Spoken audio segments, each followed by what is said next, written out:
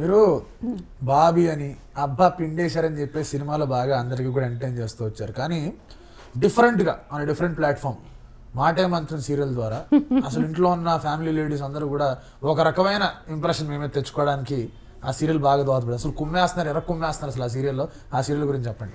యాక్చువల్గా నేను 2013 నుంచి, అంటే ముందు స్టార్ట్ అయింది కూడా సీరియల్స్ నుంచే. నేను ఫస్ట్ సీరియల్స్ నుంచి సినిమాలకు వచ్చాను. 2000లో వచ్చినప్పుడు ఫస్ట్ సీరియల్స్ చేశాను. తర్వాత అవి బాగా బ్రేక్ రాలేదు, దాంతో సినిమాలకు వచ్చాను. సినిమాల పేరు వచ్చిన తర్వాత మళ్ళీ సీరియల్స్ 2012 తర్వాత నేను కొంచెం సీరియల్స్ వైపు వెళ్ళిపోయాను. 13 నుంచి అంటే ఒక విధంగా చెప్పాలంటే గోరంత దీపం అనేది అది నాకు నంది అవార్డు తెచ్చిపెట్టింది. విలన్ అది 2014కి నాకు నంది అవార్డు వచ్చింది. నెక్స్ట్ తర్వాత ముత్యాల ముగ్గు అది ఇప్పటికీ రన్ అవుతుంది. దానిలో 1.5 year చేశాను. అందులో శేషమ్మ అని ఒక బొట్టిలా ఇలా పెట్టి అర్ధచంద్రాకారంలో హరి ఓం తత్సత్ అంటాను. హరి ఓం తత్సత్ అన్నాను అంటే అవతల పని అయిపోయిందని దాని అర్థం అనమాట. హరి ఓం తత్సత్ అన్నది ఒక కోడ్ అనమాట. అంటే నేను విలను నవ్వుతూ హరి ఓం తత్సత్ అంట, అంతే. అవతల వాడికి ఈరోజు స్పాట్ పెట్టారు అని అర్థమవుతుంది.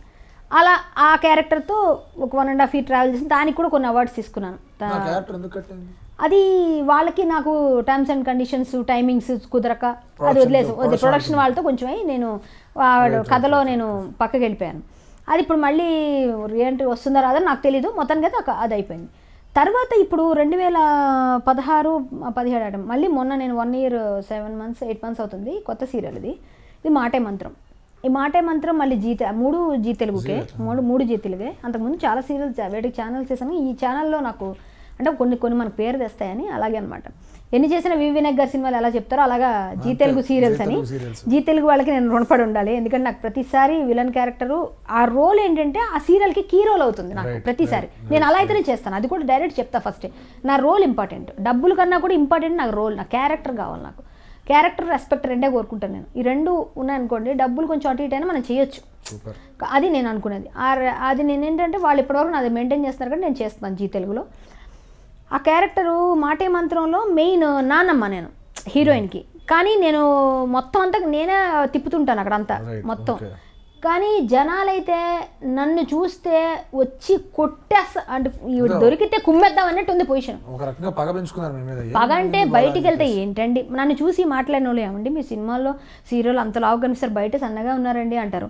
ప్లస్ మీరు బయట చూసినప్పుడు సాఫ్ట్గా ఉన్నారు కానీ సీరియల్ చూస్తే మిమ్మల్ని కొట్టాలనిపిస్తుందండి, నాకైతే కోపం వచ్చేస్తుందండి, కుట్టేస్తాం ఆ అమ్మాయిని ఏంటండి అలా. అంటే క్యారెక్టర్లో నేను అంత లీనమయ్యాను, అంత ఇన్వాల్వ్ అయ్యాను అనేది దాని అర్థం. అప్పుడు నేను హ్యాపీ ఫీల్ అవుతాను. అంటే నేను క్యారెక్టర్ పండించాను, నేను నా జాబ్ నేను సాటిస్ఫాక్షన్గా చేస్తున్నాను, నేను సాటిస్ఫై అయ్యాను.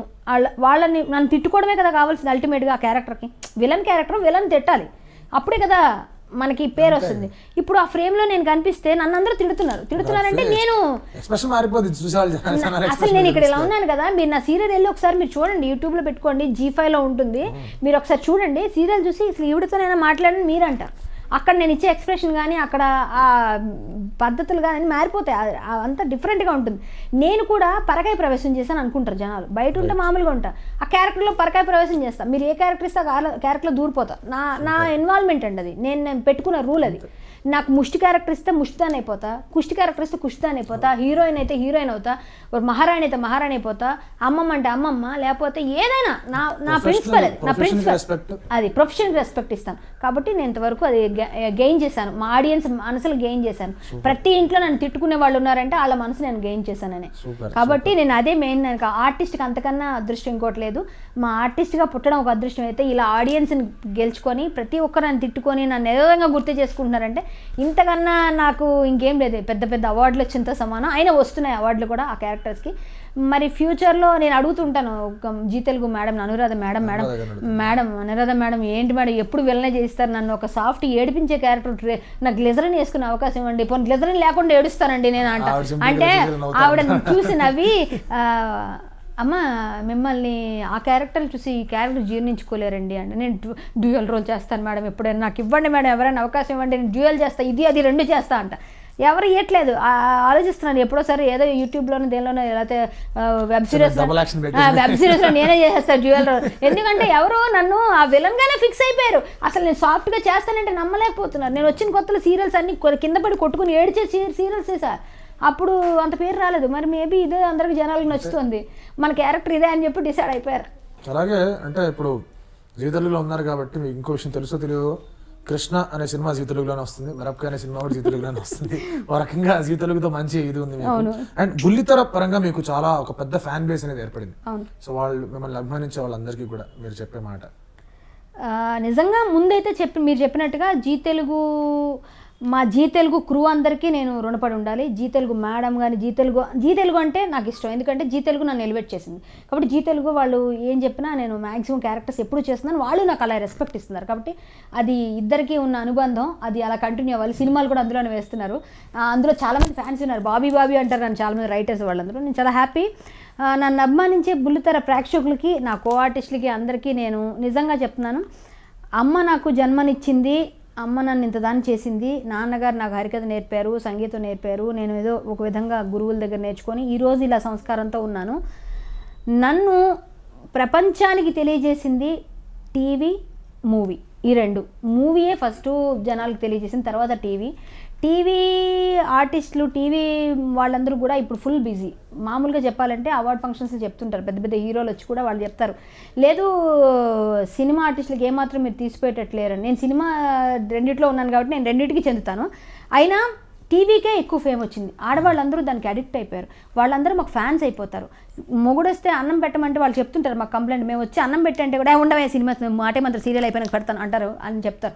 అలా అయిపోయింది ఇప్పుడు పరిస్థితి. కాబట్టి మేము వాళ్ళకి రుణపడి ఉండాలి. వాళ్ళు ప్రేక్షకులే మాకు దేవుళ్ళు, ప్రేక్షక దేవుళ్ళు అని చెప్తాం ఎప్పుడు. వాళ్ళు నిజంగా మాకు దేవుళ్ళు. వాళ్ళు చూస్తేనే మాకు రేటింగ్లు, వాళ్ళు చూస్తేనే మాకు వ్యూవర్షిప్ వస్తేనే మా అందరికి కూడా ఈ సీరియల్ బాగుంది, ఈ సీరియల్ ఆ రేటింగ్లో ఉంది, ఈ సీరియల్ అని చెప్పుకుంటారు. కాబట్టి బుల్లితెర ప్రేక్షకులు అందరికీ కూడా ధన్యవాదాలు. మమ్మల్ని ఇలాగే ఆదరించండి. మీ కాంతమ్మగా, మీ శేషమ్మగా, మీ మాణిక్యంగా, లేకపోతే కరాటే కళ్యాణ్గా ఎలా ఆదరించినా, మీరు నన్ను తిట్టుకున్నా ఏమైనా మీ అందరికీ నేను ఎప్పుడు రుణపడి ఉంటాను. మీరు నన్ను ఇంతగా ఆదరిస్తున్నందుకు. ఎక్కడికి వెళ్ళినా కూడా నన్ను కరాటే కళ్యాణి, మాణిక్యం వచ్చింది, మన క్యారెక్టర్ ఏంటంటే శేషమ్మ క్యారెక్టర్ ఎలా పేర్లు పెట్టి పిలుస్తున్నారు. కరాటే కళ్యాణి పేరు ఇండస్ట్రీకి తెలుసు, బయట జనాలకి శేషమ్మ, మాణిక్యం, కాంతమ్మ ఇలానే. ఇప్పుడు కాంతమ్మ ప్రజెంట్ కనకమేడల కాంతమ్మ, ఈ కనకమేడల కాంతమ్మ అని ఇలా అంటూ ఉంటాను నేను. అది జనాలకి ఏంటంటే ఒక రకంగా సూర్యకాంతం గారు కనిపిస్తారనమాట, సూర్యకాంతం గారులా చేస్తున్నారు. ఆవిడ ఇమిటేట్ చేయమని చెప్తారు, ఎడం చేత తిప్పడం ఎట్లా అంటాం, చేసావులే కాదు, గుడ్ ఏం కాదు అంటాం. ఇలాంటివన్నీ చేస్తుంటే ఏంటంటే జనాలకి మూతి తప్పడం, ఫోజులు కొడుతుంది, దొంగ మొహంది అని ఎట్లా తిట్టుకోవడం. ఇలా వీళ్ళందరికీ ఏంటంటే ఆ ఎక్స్ప్రెషన్స్ అంత తొందరగా ఎలా మారుస్తారని అంటే, నిజం చెప్పాలంటే గాడ్ గిఫ్ట్. అమ్మ నాన్న ఇచ్చిన ఈ శరీరం, ఈ రూపం, వాళ్ళ తాలూకా ఆశీర్వచనంతో ఇలా పెరిగాను. అది భగవంతుడు ఇచ్చిన స్పాంటేనిటీ, అంటే ఆ విధంగా మనకి అన్ని విధాలుగా కలిసి వచ్చి ఈరోజు మీ ముందు ఆర్టిస్ట్గా ఉన్నందుకు ఆనందపడుతూ, ఇలాంటి సినిమాలు, సీరియల్ ఇంకా చాలా వస్తాయి. ఇంకా చాలా శేషములు రావచ్చు, లేకపోతే ఇంకేమైనా రావచ్చు, ఇంకేం పేర్లు వస్తాయో నాకు తెలియదు కాబట్టి పేర్లు అయితే నేను చెప్పలేను. ఎన్నో సీరియల్స్ ఇంకా రాబోతున్నాయి. ఫ్యూచర్లో మీ అందరూ ఇలాగే ఈ ఆదరణ ఉంచండి. నన్ను ఆదరిస్తున్నందుకు మీరు మరొక్కసారి ధన్యవాదాలు ఈగిల్ మీడియా వర్క్స్ తరఫున తెలియజేసుకుంటూ, ఖచ్చితంగా నేను మిమ్మల్ని అందరినీ ఐ లవ్ యూ ఆల్.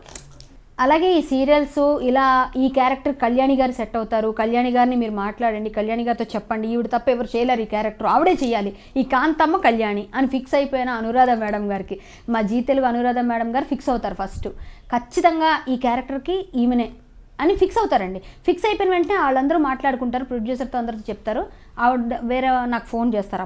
అప్పుడు ఆవిడ ఫిక్స్ అయితేనే క్యారెక్టర్ కదా, ముందు మేడమే కదా మైండ్లో. ఆవిడకి నేను మెదులుతున్నాను అంటే ముందు ఆవిడకి చెప్పాలి, తర్వాత మా ప్రొడ్యూసర్, మా డైరెక్టర్ అందరికీ.